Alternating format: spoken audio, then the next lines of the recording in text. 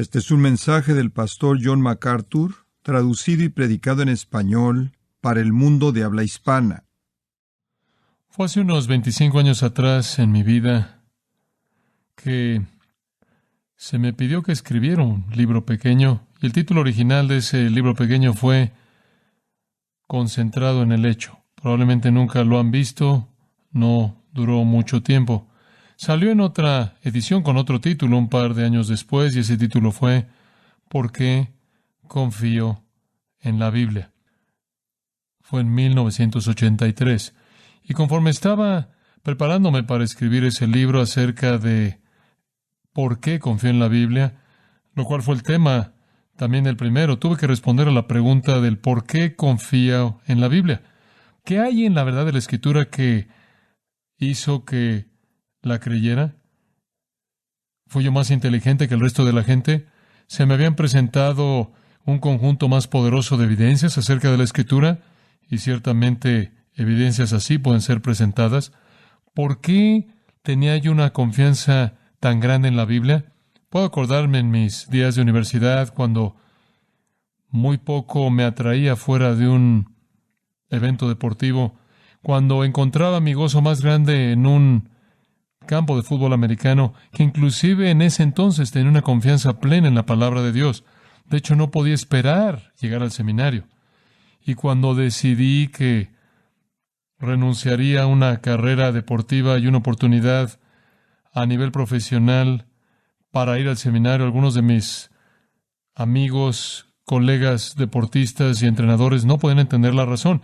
Y realmente no era que estaba motivado por predicar o estaba motivado por enseñar. Tenía este anhelo intenso por escudriñar, por escarbar la palabra de Dios y entender lo que significaba, porque estaba comprometido de manera inequívoca con su veracidad. ¿De dónde salió eso? ¿Por qué estaba tan convencido de la verdad de la Escritura? No había estudiado apologética o defensas de la Escritura, no había leído mucho de eso. Simplemente había en mi corazón un compromiso completo con la palabra de Dios. Y cuando me senté a pensar en por qué confiaba en la Biblia, vi algunos pasajes de la Escritura que entraban en juego. Me acuerdo que Jesús había dicho a Pedro en Mateo 16, carne y sangre no te reveló esto, sino mi Padre que está en los cielos. Y la razón por la que Pedro sabía que Jesús era el Cristo, el Hijo de Dios, fue por una revelación divina.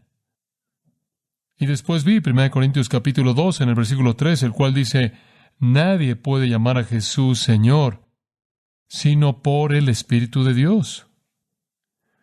Es razonable para mí decir que Jesús es el Cristo, el Hijo del Dios viviente. Es razonable para mí decir que Jesús es Señor, pero nadie puede decir eso, por razonable que ahora me parezca, a menos de que el Padre lo revele y el Espíritu lo revele. También me había traído a Juan capítulo 6, en donde Jesús estaba hablando y muchos de sus discípulos, dice, se fueron. Y él le dijo a aquellos que se quedaron, ¿acaso queréis iros también vosotros? Y de la boca de Pedro, en nombre del resto, vinieron estas palabras, ¿a quién iremos? Tú y solo tú tienes las palabras de vida eterna. Otra afirmación masiva de que lo que el Señor Jesucristo dice, lo que Dios dice es verdad. Le había sido dado de nuevo a Jesús, dice dado por el Padre. Jesús inclusive dice en ese pasaje, no escogido. Y después recordé, y quizás le puedo pedir que vea este pasaje de Romanos capítulo 8, en términos muy claros, leemos esto en el versículo 5, porque aquellos que son según la carne, esto es, fuera de Dios, fuera de la vida espiritual, espiritualmente muertos, ciegos, en bancarrota, aquellos que son según la carne, colocan su mente en las cosas de la carne, pero aquellos que son según el Espíritu, en las cosas del Espíritu. Usted tiene dos dimensiones que se excluyen de manera mutua. La mente colocada en la carne, versículo 6, es muerte. La mente colocada en el Espíritu es vida y paz. Versículo 7, la mente colocada en la carne es hostil hacia Dios. Y después esto, no se sujeta a la ley de Dios porque ni siquiera puede hacerlo. Y aquellos que están en la carne y los que viven según la carne no pueden agradar a Dios. Si usted está en la carne, no puede agradar a Dios. Agradaría a Dios si usted creyera en la Biblia. De hecho, eso estaría en la parte de arriba de la lista de cosas que le agradan a Dios. Agradaría a Dios si usted creyera en el Evangelio. Eso estaría también en la parte de arriba de la lista de las cosas que le agradan. Le agradaría a Dios si usted afirmara la deidad y la naturaleza salvadora del Señor Jesucristo. Eso agradaría a Dios. Esas tres cosas estarían en la parte de arriba de la lista de cosas que agradan a Dios. Y la realidad del asunto es que si usted está en la carne, no puede agradar a Dios. Usted no puede agradarlo a Él al nivel más bajo, mucho menos en la cima. Entonces, ¿cómo es posible que llegué a tener una confianza como la que tengo en la Escritura? Recordé de nuevo Efesios capítulo 4, el cual dice esencialmente lo que Romanos 8 dice de una manera diferente. Versículo 17 de Efesios 4, digo pues, y afirmo junto con el Señor, que ya no andéis como los gentiles también andan, en la vanidad de su mente, teniendo el entendimiento entenebrecido, excluidos de la vida de Dios debido a la ignorancia que en ellos hay, debido a la dureza de su corazón. Ahora esa lista de descripciones tiene la intención de darle a usted la idea de que es una situación absolutamente inescapable para el no regenerado fuera de la intervención divina. Y entonces concluí que mediante los medios normales de inteligencia humana y entendimiento humano, no pude haber llegado a esta confianza en la Escritura. Que la única manera en la que pude llegar a esta confianza en la Escritura es porque Dios me había dado esta confianza como un regalo. Que Dios en su soberanía me había dado la voluntad para creer en el Evangelio, para creer en Cristo y abrazar la autenticidad, autoridad y veracidad de la Escritura. Y entonces, en 1983, cuando publiqué la segunda edición del libro pequeño titulado ¿Por qué confío en la Biblia?, esto es lo que escribí. Los incrédulos no pueden aceptar la prueba legítima porque son ciegos a ella. El hombre natural no percibe las cosas que son del Espíritu de Dios porque para él son locura y no las puede entender porque se han de discernir espiritualmente. 1 Corintios 2:14. Únicamente conforme el Espíritu Santo lleva a cabo su obra regeneradora, conforme Él abre la mente, quita la ceguera, da vida e implanta el entendimiento de la revelación de Dios, solo entonces la gente cree que la Biblia es la palabra de Dios y confía en ella. Sé que la Biblia es verdad porque el Espíritu de Dios me ha convencido de ella. Escribí eso hace más de 25 años atrás. A la luz de eso dije en el siguiente párrafo, y usted sabe que está en problemas cuando usted se sigue citando a sí mismo, a la luz de esto sugiero un cambio en cómo abordamos este tema. Hemos estado diciendo la profecía ha sido cumplida, la Biblia es exacta en términos científicos, los milagros fueron realizados con testigos oculares, el mensaje bíblico de salvación mediante la fe en Jesucristo resulta en un cambio revolucionario en las vidas de personas que creen. Debido a todas estas pruebas, razonamos que la Biblia es la palabra de Dios. Y después escribí, en lugar de esto propongo que declaremos que la Biblia es la palabra de Dios, por lo tanto, la profecía ha sido cumplida, milagros se han llevado a cabo, afirmaciones científicas son exactas y vidas han sido transformadas. Fin de la cita. La confianza en la Escritura comienza con la obra del Espíritu. Yo creo que la Biblia fue escrita por el Dios del universo para revelarse a sí mismo a la humanidad. Creo que la Biblia es la única revelación confiable, con autoridad, absolutamente confiable de Dios con respecto al origen del hombre, su liberación, su salvación, los estándares morales y espirituales mediante los cuales debe vivir y su destino definitivo. También creo que la Biblia es verdad en todo detalle, inclusive en las palabras mismas, en los manuscritos originales. Dios fue el autor y concluí con esto. El Espíritu me ha guiado a esta confianza plena. Ahora, para mí, ese fue un descubrimiento realmente significativo. Y más adelante en mi vida, fui expuesto a algunos de los escritos de un teólogo bien conocido llamado Juan Calvino.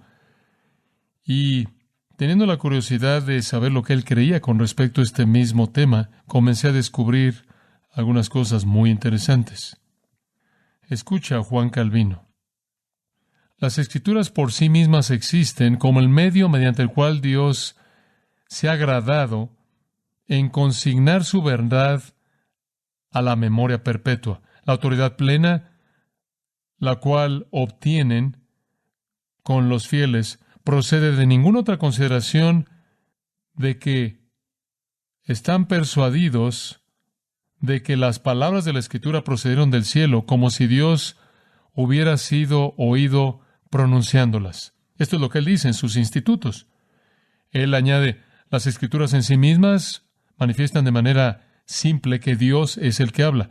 Nunca somos establecidos en la fe de esta doctrina hasta que estamos persuadidos de manera plena de que Dios es el autor. Siendo iluminados, por lo tanto, por Él, esto es el Espíritu Santo, ya no creemos ni en nuestro propio juicio o en el de otros de que la Escritura es de Dios, sino de una manera que sobrepasa el juicio humano.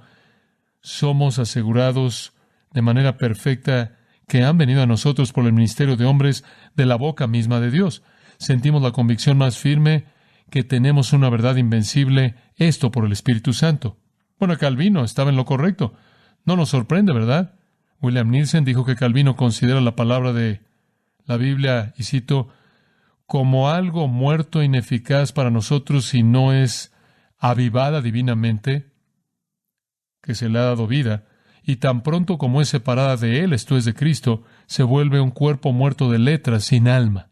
Él entendió que usted solo cree la Escritura cuando el Espíritu de Dios le da a usted la capacidad de tener esa fe y confianza como un regalo. La confianza plena en la palabra de Dios y la Escritura entonces no es el resultado de argumentos racionales y el trabajo, la obra del intelecto humano y la razón o la emoción, es la obra del Espíritu en el corazón. Calvino añade, porque así como Dios y solo Él es un testigo suficiente de sí mismo en su propia palabra, así también la palabra jamás tendrá crédito en los corazones de los hombres hasta que es sellada por el testimonio interno del Espíritu. Es necesario, por lo tanto, que el mismo Espíritu que habló por la boca de los profetas penetre en nuestros corazones para que Él nos pueda persuadir de que ellos fielmente entregaron lo que se les había encomendado de manera divina a ellos. Entonces Él dice que permanezca entonces como una verdad fija que aquellos a quienes el Espíritu enseña internamente se someten firmemente a la Escritura. Fin de la cita. Nuestra confianza en la palabra de Dios viene del Espíritu de Dios.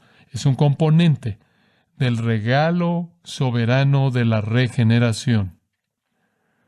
La manera de pensar tradicional ha intentado tratar de probar la Biblia para la gente no regenerada al acumular todo tipo de evidencia para que puedan procesarla a través de sus intelectos caídos en la futilidad de su función mental y la ignorancia que hay en ellos y la oscuridad de su mente y la dureza de su corazón y la indiferencia y sensualidad de su alma. Podemos acumular toda la evidencia profética, evidencia científica, evidencia milagrosa, evidencia arqueológica histórica, la evidencia de vidas transformadas y al final, mientras que ciertamente todas ellas son una representación razonable y verdadera de la Escritura, no pueden quitar la ceguera de los ojos, no pueden dar vida al alma muerta. La Escritura nos dice cómo esto funciona en uno de los grandes textos en la Escritura. Abra su Biblia en 1 Corintios capítulo 1. Hay demasiado aquí para que yo lo diga en un mensaje, y debido a que no voy a estar aquí para decirlo en 2 semanas, voy a darle la versión condensada de esto. Haría bien en cubrir un versículo, mucho menos 2 capítulos o partes de 2 capítulos. Pero quiero que vea comenzando en el capítulo 1, versículo 18 y llegando hasta el capítulo 2. Y vamos a tocar de manera ligera estas verdades, mientras que mantenemos el desarrollo de pensamiento y el punto principal. El tema de la sección, comenzando en el capítulo 1, versículo 18, y llegando hasta el final del capítulo 2, es sabiduría divina. Sabiduría divina, la palabra sabio, sabiduría, aparece 20 veces, alrededor de 20 veces aquí, en contraste a la insensatez o locura que aparece alrededor de media docena de veces. Esto trata de sabiduría divina, Y la sección entera explica por qué la gente rechaza la sabiduría de Dios y por qué otras personas aceptan la sabiduría de Dios. Por qué la gente rechaza la Escritura, el Evangelio, la cruz, y otras personas aceptan la Escritura, el Evangelio y la cruz. De hecho, hay algunas frases aquí: la sabiduría de Dios, la palabra de la cruz, inclusive el testimonio de Dios. Pero sea que usted esté hablando de la sabiduría de Dios, la palabra de la cruz o el testimonio de Dios, usted está hablando de la revelación divina que está escrita. Este es el tema. Este es el tema. Ahora, la manera simple de dividir esto es dividirlo en dos secciones que se solapan y reciclan y reafirman cosas. No obstante, dos secciones de alguna manera se pueden identificar. Sección número 1, ¿por qué los no cristianos rechazan la Biblia? Sección número 2, ¿por qué los cristianos aceptan la Biblia? ¿Por qué los no cristianos rechazan la Biblia? ¿Y por qué los cristianos aceptan la Biblia? Y le voy a decir desde el principio, nada es dicho acerca de evidencias, nada es dicho acerca de la razón humana, nada es dicho acerca de cómo manipular la voluntad de la gente o cómo mover sus emociones. Esto no tiene que ver con evidencias, esto no tiene que ver con la razón, esto no tiene que ver con la emoción, esto tiene que ver con la condición. Esto tiene que ver con la condición de un no cristiano y la condición de un cristiano. Veamos en primer lugar por qué los no cristianos no creen la Biblia. Y le voy a dar 5 razones que son presentadas para nosotros en la sección de apertura. En primer lugar, el mensaje no es razonable. Esa es la primera causa por la que ellos no creen. No es razonable. Versículo 18. Porque la palabra de la cruz o el testimonio de Dios o la palabra de la sabiduría de Dios, esto quiere decir la revelación de Dios escrita, para los que perecen, esa es su condición, es locura. Es locura. De una manera algo sarcástica, esa idea es repetida en el versículo 21. Agradó a Dios mediante la locura del mensaje. El versículo 23 le dice a los gentiles, para los gentiles es locura. Y después en otra manera sarcástica, en el versículo 25, la locura de Dios, de hecho, es más sabia que los hombres. Y entonces, de manera clara, está esta idea de que la revelación de Dios en la Escritura es locura. La palabra es morón, es torpe, sin sentido, no apropiada para la razón humana. Tratan la palabra de Dios con menosprecio.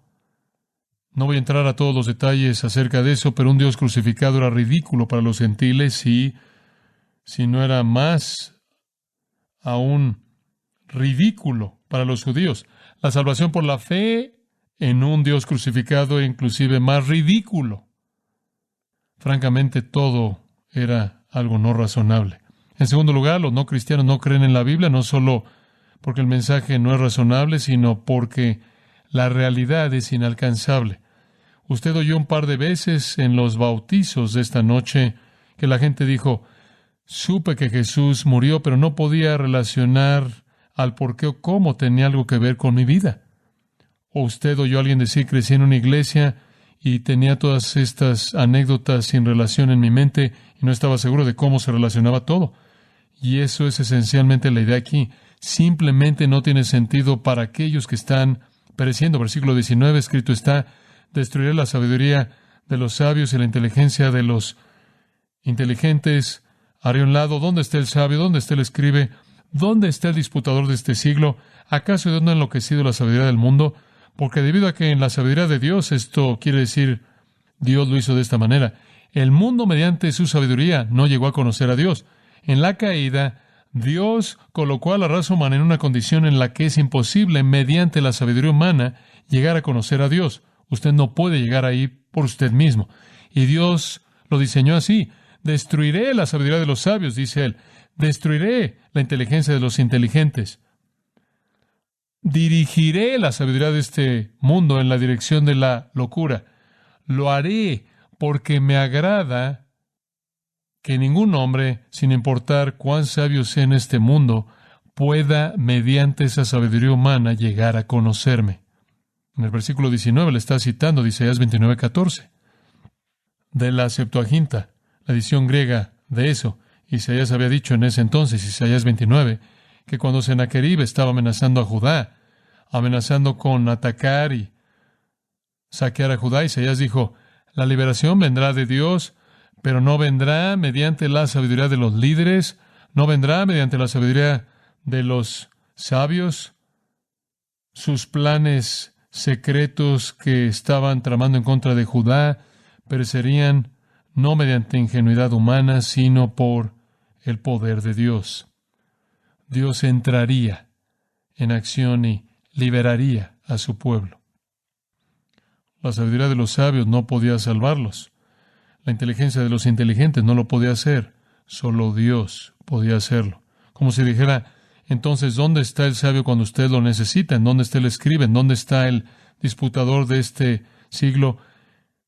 Fórmenlos a todos, a los preparados, a la élite, los intelectuales, los filósofos. Y por cierto, el versículo 20 hace referencia tanto a Isaías 19:12 como a Isaías 33:18 y los supuestos consejeros sabios de Egipto, que fueron convertidos en necios absolutos en el capítulo 19 de Isaías, y después los escribas de los asirios, quienes estaban todos listos para registrar el botín que iban a conseguir cuando entraran, y de pronto todos se vieron como necios porque Dios intervino.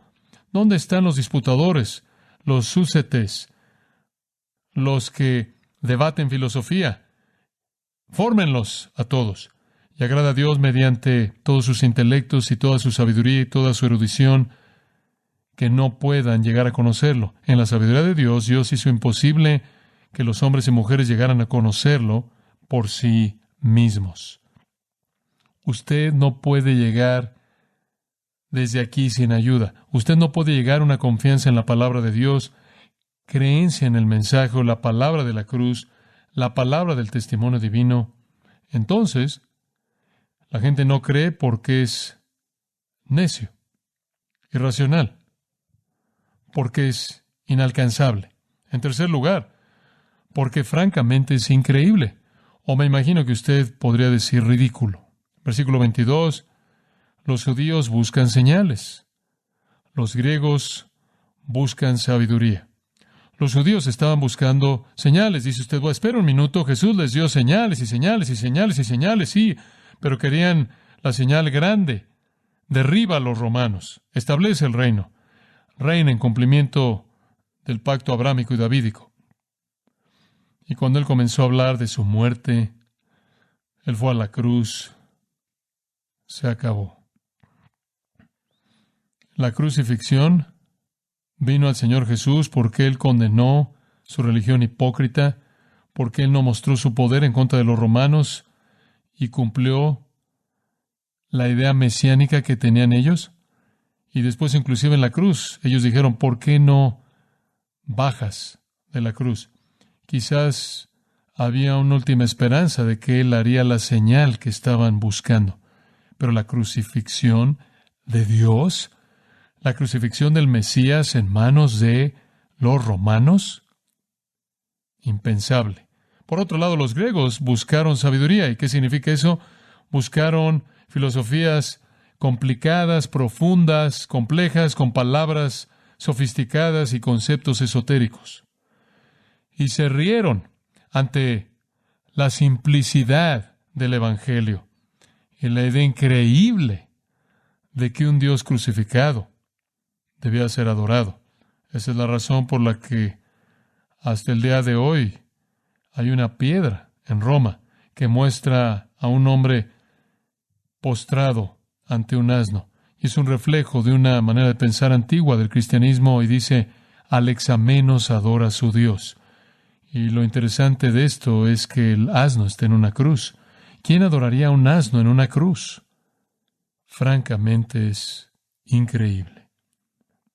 Número 4. Sus personas no son impresionantes. Sus personas no son impresionantes. Los judíos querían una señal, los griegos querían sabiduría.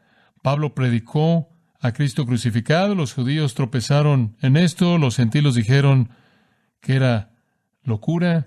El versículo 26 no ayuda. Considerad vuestro llamado, vocación, hermanos. que no hay muchos sabios según la carne, no hay muchos poderosos, no muchos nobles. El meollo aquí es que no somos demasiado impresionantes. No lo eran en ese entonces y no lo somos en la actualidad.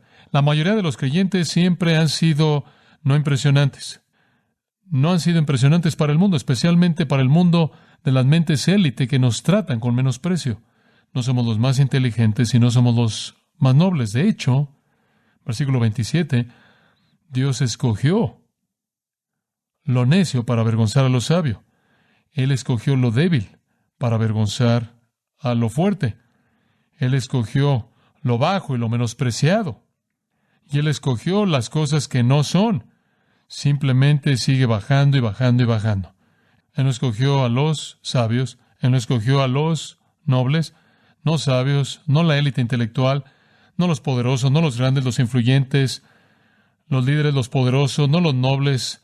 De hecho, es una palabra griega que significa nacer en buena familia, con rango social, sino que Él ha escogido a lo necio, lo débil, lo bajo, los ajenes, los que no tienen nacimiento, los nadies, los que no tienen nombre, los insignificantes y los menospreciados. Y Él inclusive baja aún más las cosas que no son el presente participio de mí, los no existentes, Él ha escogido. Por cierto, esa última afirmación que Pablo usa, las cosas que no son, en el versículo 28, es la expresión de mayor menosprecio en el idioma griego para menospreciar a otra persona. Tratarlos como si ni siquiera existieran. Entonces, ellos no creen. Y el hecho de que somos un grupo tan poco impresionante añade a su resistencia. Y después, un quinto elemento. No solo las personas de este libro no son sorprendentes, sino que los predicadores no son sofisticados. Y podría haber pensado en muchas palabras para eso. No sofisticados. Llegamos al capítulo 2. Cuando vine a vosotros, hermanos, no vine con palabras persuasivas, con superioridad de palabras o de sabiduría. Y ese era un problema porque les encantaba este tipo de enseñanza sofisticada, compleja, que presentaba todo tipo de complejidad y profundidad y atraía a sus mentes. No viene con superioridad de palabras, no trucos de sabiduría. Determiné no saber nada entre vosotros, excepto a Jesucristo y este crucificado. Ahí de nuevo está este mensaje repulsivo, increíble, simplista. Además, Él no ayudó a su causa por su propia manera de verse, su imagen. Usted recuerda que los corintios dijeron de Él que su persona francamente era menospreciable y sus palabras no eran impresionantes. Él estuvo con ustedes en debilidad, temor y mucho temblor. Mi mensaje, mi predicación no fueron con palabras persuasivas de sabiduría humana, sino en demostración del Espíritu y de poder. Entonces usted tiene una perspectiva bastante amplia del por qué la gente no cree. Usted comienza con el hecho de que no pueden, que no tienen la capacidad, están carentes de la vida de Dios, no pueden escapar lo natural, no pueden escapar el estar en la carne, y alguien que está en la carne solo piensa en las cosas de la carne, y él no puede conocer las cosas del Espíritu, no las puede conocer. Y después usted añade el hecho de que todas estas cosas dan razón para que rechacen, y usted entiende algo del dilema de los no regenerados. El mensaje en sí mismo era ofensivo, no razonable, increíble, incomprensible. La gente eran los bajos y los predicadores eran los débiles y los no impresionantes y los temerosos y los temblorosos. Y usted añade la condición caída, la oscuridad natural, la ceguera satánica y el juicio divino.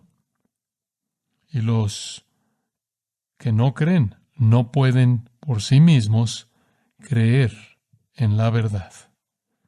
Entonces la búsqueda por Dios y la búsqueda por Cristo y la búsqueda por la verdad y la búsqueda por discernir si la Biblia realmente es verdad en lo que está diciendo, no puede comenzar y terminar con la razón humana. Esa es la razón por la que cada vez que usted ve uno de estos asuntos en la televisión, la búsqueda por el Jesús real, la búsqueda por la verdad siempre termina en el error.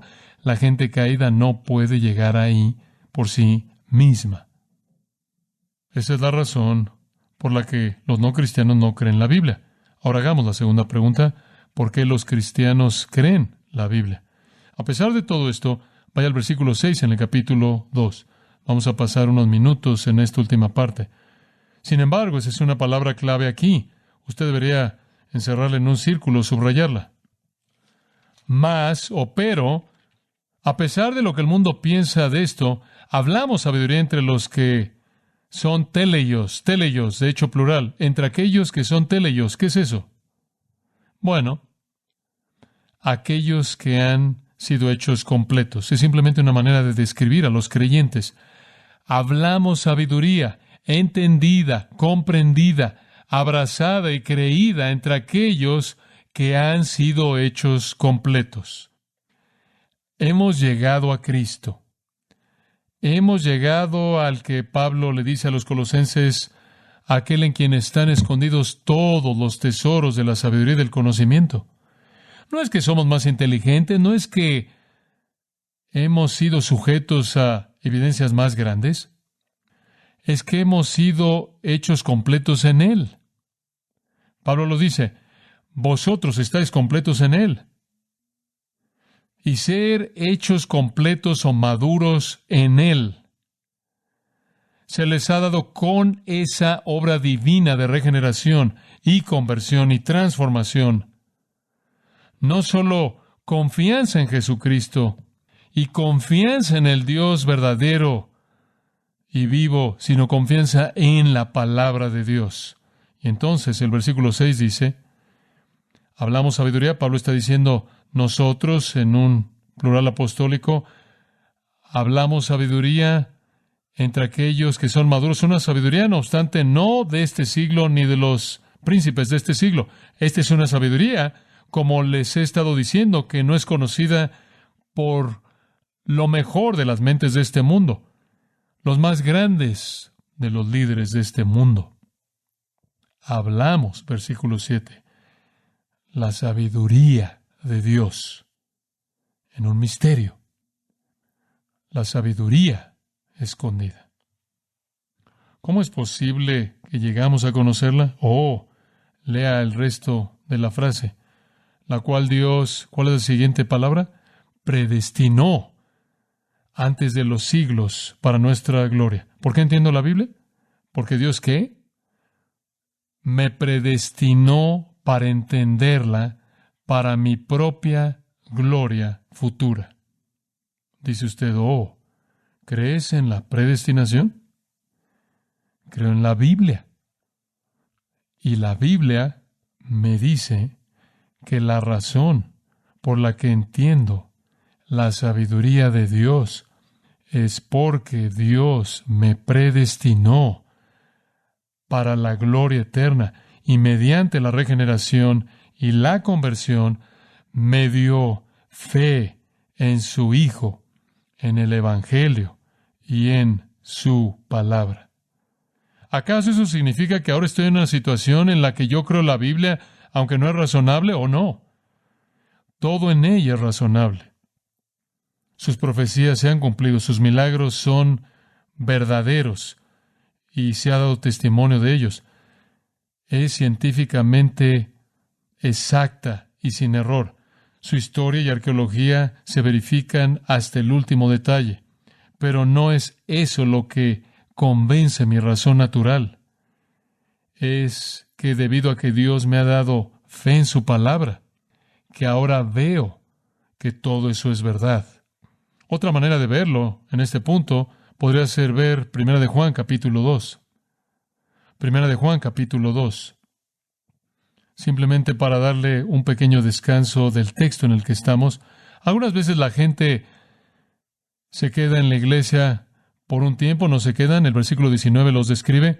Salieron de nosotros. Eso es bastante cierto en casi toda experiencia religiosa de una persona, experiencia cristiana. Salieron de nosotros, sí, usted sabe tal y tal, solía venir aquí, cantaba en el coro, servía aquí y allá, se aparecía en la iglesia, ya no los vemos. ¿Qué pasó?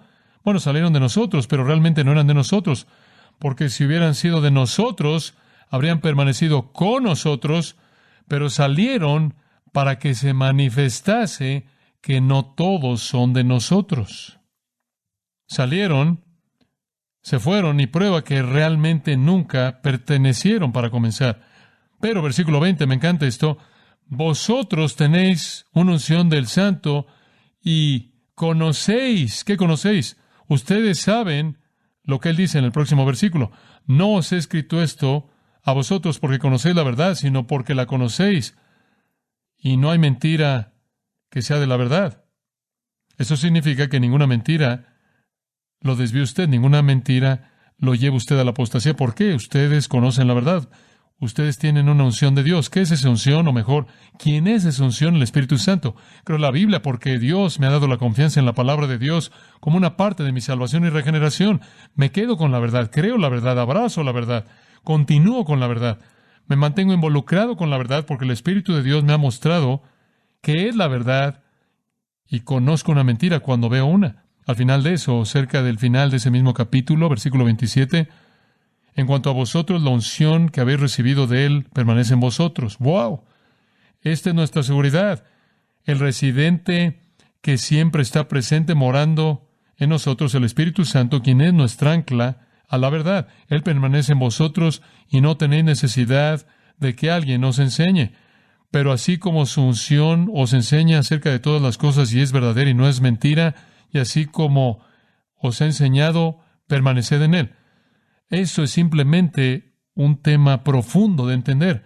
Cuando usted fue salvo, llegó a la confianza en la palabra de Dios y allí es donde usted se queda. Allí es donde usted se queda. Y la gente que se queda por un tiempo y se va de evidencia del hecho de que realmente nunca perteneció y realmente nunca tuvo el Espíritu de Dios. Yo creo la Biblia porque Dios me dio el regalo de la fe en su Hijo y fe en su Evangelio y fe en su palabra. Continúo eso para mi justificación.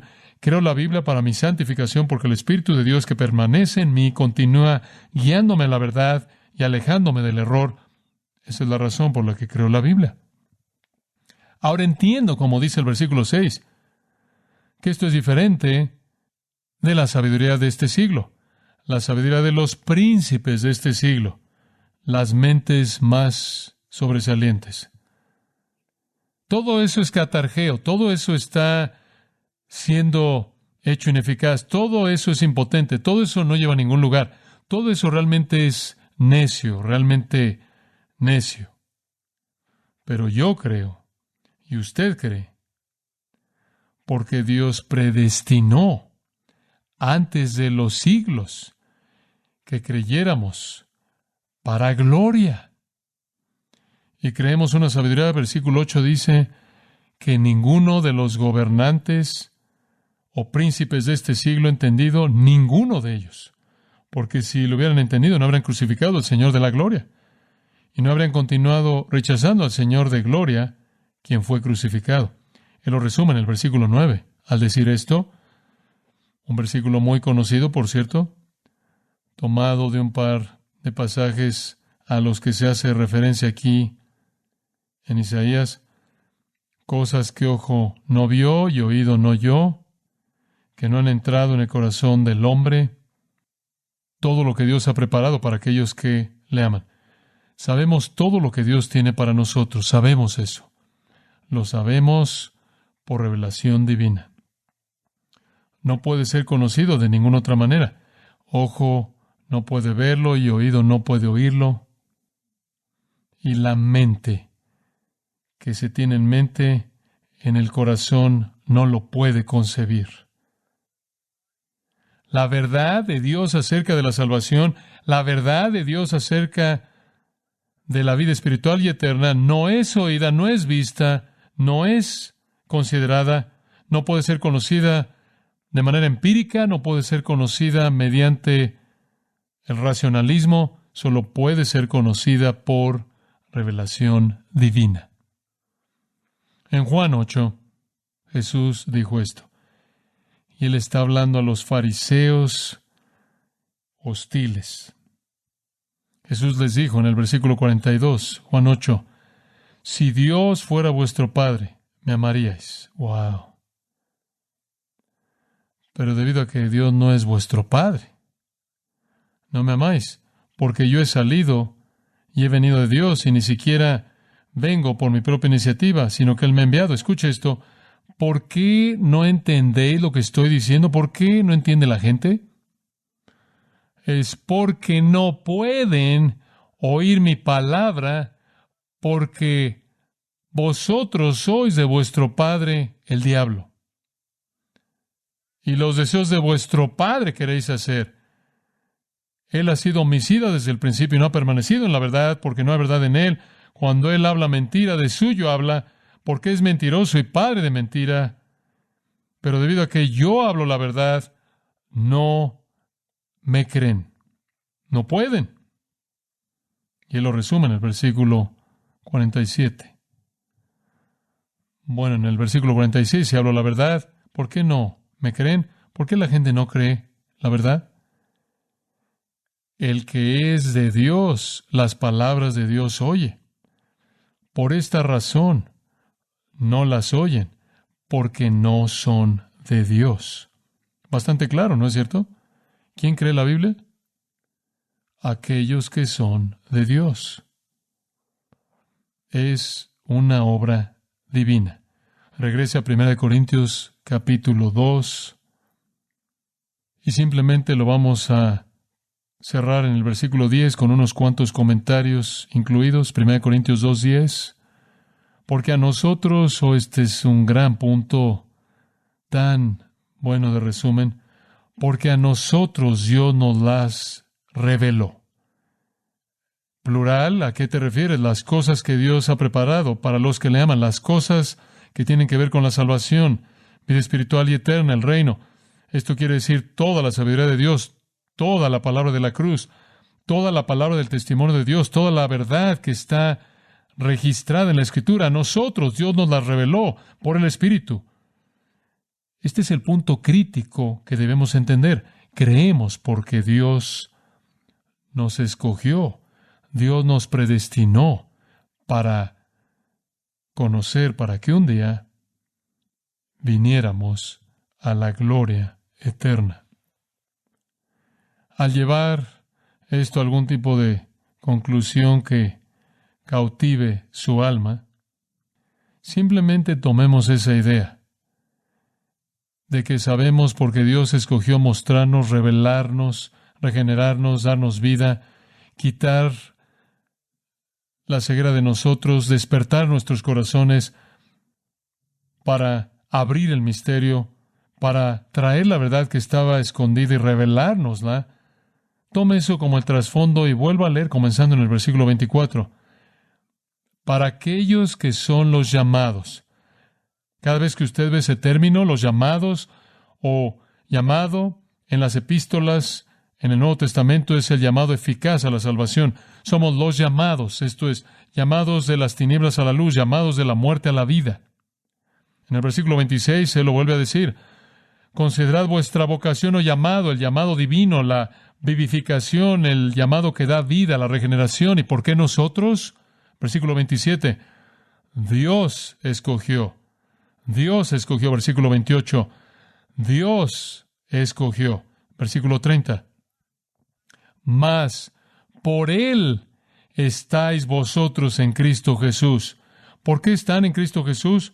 Porque ustedes vieron con qué claridad debe ser comprendido y creído, porque ustedes vieron la evidencia, porque su mente ascendió a ello, están en Cristo Jesús, por lo que Él hizo, Él predestinó, Él reveló porque Él escogió, y a quien Él escogió, Él llamó, y como Pablo dice en Romanos 8, a quien Él llamó, Él justificó, y a quien Él justifica, Él glorifica. Entonces, de regreso al versículo 30, mas por Él estáis vosotros en Cristo Jesús, mas por Él creen ustedes, mas por Él ustedes abrazan la palabra de Dios en su justificación y en su santificación. Mas por Él están en Cristo Jesús. Escuche, quien ha sido hecho para nosotros sabiduría de Dios. Por Él es que estamos en Cristo.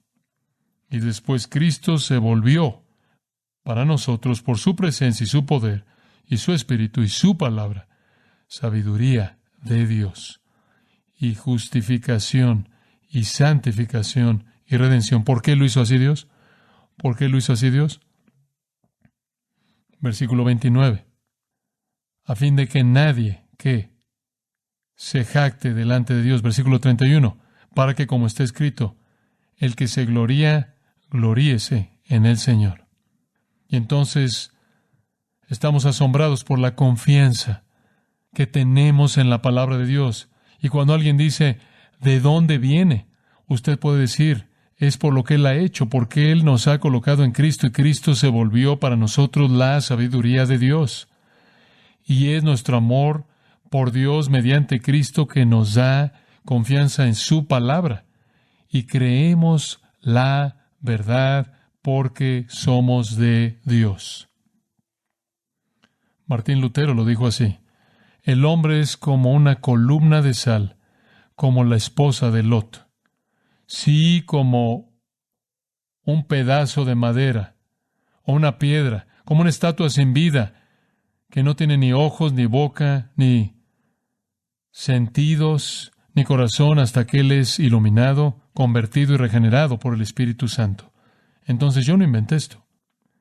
Estaban leyendo la misma Biblia que estoy leyendo y la misma que usted está leyendo. Usted cree la Biblia y usted vive a la luz de sus verdades gloriosas. Su vida está cautivada por sus maravillas, porque Dios, para su propia gloria, se agradó en predestinarlo a usted y escogerlo y justificarlo y santificarlo mediante su palabra. Y cuando Él le dio a usted Cristo, Él le dio a usted en Cristo su sabiduría, porque en Él están escondidos todos los tesoros de la sabiduría y del conocimiento. Yo no puedo separar mi amor por Cristo de mi amor por la palabra. Al final, saltándonos hasta el versículo 16, la última afirmación: tenemos la mente de Cristo. ¡Qué afirmación! ¡Qué afirmación! Al tener confianza en la palabra de Dios, tenemos acceso a la mente de Cristo. ¿Entiende eso? No es misterio para mí cómo Dios piensa lo que Él desea. Todo lo que Dios quiere que yo sepa, Él lo ha colocado aquí. Aquí tengo la mente de Cristo. Y yo sé cómo piensa Cristo y lo que Él quiere y lo que le agrada a Él y lo que a Él le guste, lo que Él aborrece y lo que Él manda y lo que Él prohíbe. Lo entiendo todo porque Él me ha capacitado para que lo entienda. Y vivo mi vida abrazando la maravilla de una gracia tan profunda e inexplicable a favor mío como esta. Inclinémonos en oración. Padre nuestro, sabemos que el poder del evangelismo para la justificación no se encuentra en métodos inteligentes o música o entretenimiento diseñado para la sociedad, sino en la Biblia. El poder para la edificación en la santificación también se encuentra en la Biblia.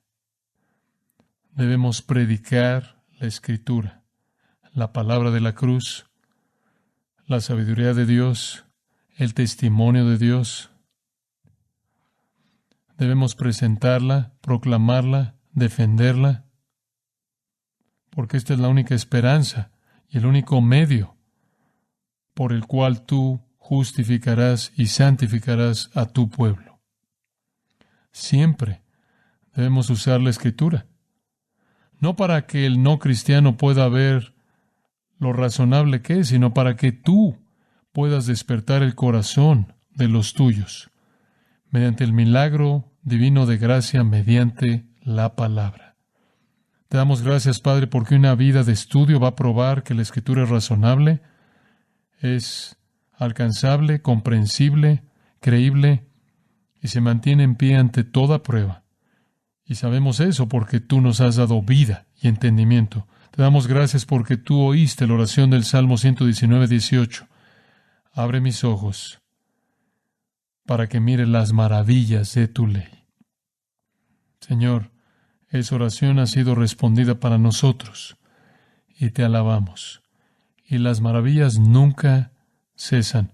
Úsanos, Señor, como instrumentos en la proclamación de tu verdad para despertar a pecadores y para santificar a santos. Gracias por el privilegio de ser usados así en el nombre de Cristo. Amén. Usted ha escuchado a John MacArthur, maestro bíblico de gracia a vosotros. Para más información y acceso gratuito a todos los mensajes de John,